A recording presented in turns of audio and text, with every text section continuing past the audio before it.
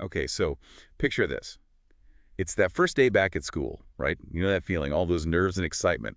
Now imagine throwing a cell phone ban into the mix. Yeah, talk about adding another layer of complexity to the back-to-school chaos. Totally.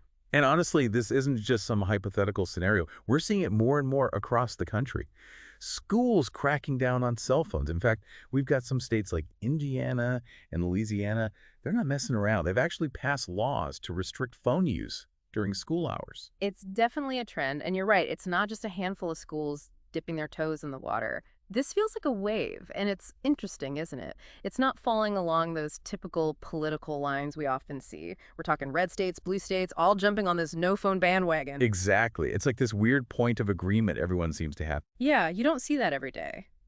But it's actually pretty telling. It suggests this shared worry about how constantly being connected is affecting young people, and that this worry, it goes deeper than political differences. It's a big deal then, for sure. And it gets even more interesting when you zoom in on New York, right? Because on one hand, you've got Governor Hochul pushing for this statewide ban. Yeah, that Vox article really caught my eye, the one calling it, get this, liberating kids from their phones. That's a Right. bold statement, for sure. Liberating? I mean, that's Yeah. quite a way to put it. But then you've got New York City and Mayor Adams. Well, he seems a bit hesitant about a citywide ban, at least from what he's said lately. It's such a tricky issue, isn't it? Because even when people agree that there might be problems, figuring out the solutions, that's a whole other can of worms. Oh, tell me about it. Especially in a place like New York City. I mean, can you imagine trying to manage cell phones for literally thousands of students across over 1,500 schools? And that's just the tip of the iceberg, right?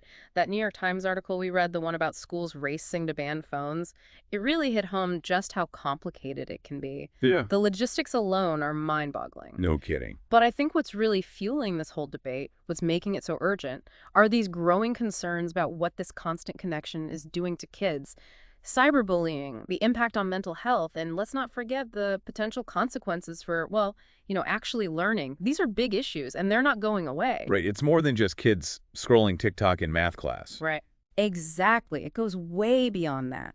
We're talking about the well-being of an entire generation, their potential, their futures. And that's what makes this conversation so important to have. So we've talked about the potential downsides of like being constantly connected. But what's it actually like to be in a school that's like totally gone phone free? Yeah. I mean, is it really all doom and gloom, as some people might think? Right. So that Vox article, they actually talked to students at a school that's implemented a ban. Mm. And there was this one quote that really stood out to me, where the student said, "At first I thought it was going to be really annoying, but it's actually not that bad." I think there's like a different level of communication that comes with like being bored. It Interesting. really makes you think, right? It does. Like maybe a little boredom. Maybe that's not such a bad thing after all. It's true. We're so used to being constantly stimulated, constantly entertained. I agree. We rarely give ourselves the space to just be bored anymore. Yeah. And yet, like you said, that boredom, it can actually be a good thing. It can spark creativity. It can help us solve problems. Sometimes you just need a little bit of that downtime to actually connect with yourself and the world around you. And that actually reminds me, you were mentioning earlier some of your own research about the downsides of constant connectivity, especially for like young people, right? Yeah. What have you observed in your work about how this always-on digital world is like psychologically affecting them? Yeah, it's a big concern. And one of the most concerning things that keeps popping up is its impact on attention spans. We're seeing that constant phone use, especially in those crucial adolescent years, it can actually change, like rewire their brains, making it harder for them to focus for longer periods. And that's like pretty crucial when it comes to learning, right? Absolutely. I mean, try telling a teenager to focus on a 45-minute lecture when their brain is used to switching between TikTok videos every 15 seconds. Right, exactly. And it's not just attention span either, right? There's all this research about sleep disruption, emotional regulation, even higher rates of anxiety and depression linked to like too much screen time. You're hitting all the major points, and while there's always more research being done, the data we do have is pretty clear. Overusing these digital devices, especially at a young age, it can have some serious consequences. Which I guess is why this whole debate about cell phones in schools is so important, right? It's like we can't just ignore it. It's forcing us to really look at these issues and what we're going to do about them. Exactly. We can't bury our heads in the sand on this one. And that makes me wonder, Are schools really equipped to handle all this? I mean, the New York Times article we talked about, it mentioned how worried some parents are about emergencies, wanting to be able to reach their kids. And then there's the whole other challenge of how do you even manage like thousands of phones every single day?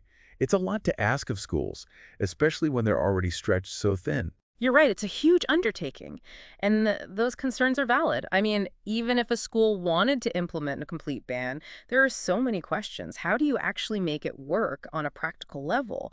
How do you address those very real safety concerns from parents? What about the cost? Who's paying for all the storage, the security, all that stuff? It gets complicated quickly, doesn't it? It really does, and it's important that we acknowledge those complexities. There's no easy solution here. And, it's not like this is the first time New York City's tried to tackle this whole cell phone thing, right? Yeah. That New York Times article, it reminded me about the ban they had under Mayor Bloomberg. You remember that? How could I forget? It was a big deal at the time. But they eventually overturned it, so what made it so hard to keep going? It really makes you wonder if bans are even the right way to go. Even if you can figure out all the logistics, it feels like we're kind of just slapping a Band-Aid on a much bigger problem. I think you've hit the nail on the head there. This isn't really about confiscating phones, is it? It's about recognizing how deeply technology is affecting young minds. It's about asking ourselves, how do we help them build a healthy relationship with it? And that feels way more complicated than just saying no phones allowed. Absolutely. Because, I mean, let's be real, technology isn't all bad, right? I mean, hello, we're literally using it right now to have this conversation. Exactly. And there are so many amazing educational resources online. Right. It opens up a world of possibilities. Yeah, a world of connection, a world of opportunities. It's not like we could just, erase it all. You're right. We can't just pretend technology doesn't exist. It's here to stay, and in many ways, it's a good thing. But we need to be smarter about how we interact with it, how we use it, especially when it comes to kids. So what? We just hand them a smartphone and hope for the best? Not exactly. We need to equip them with the skills to navigate this digital world effectively. Things like digital literacy, critical thinking, media awareness. Those are essential skills for this generation. So it's more than just teaching them how to code or build a website.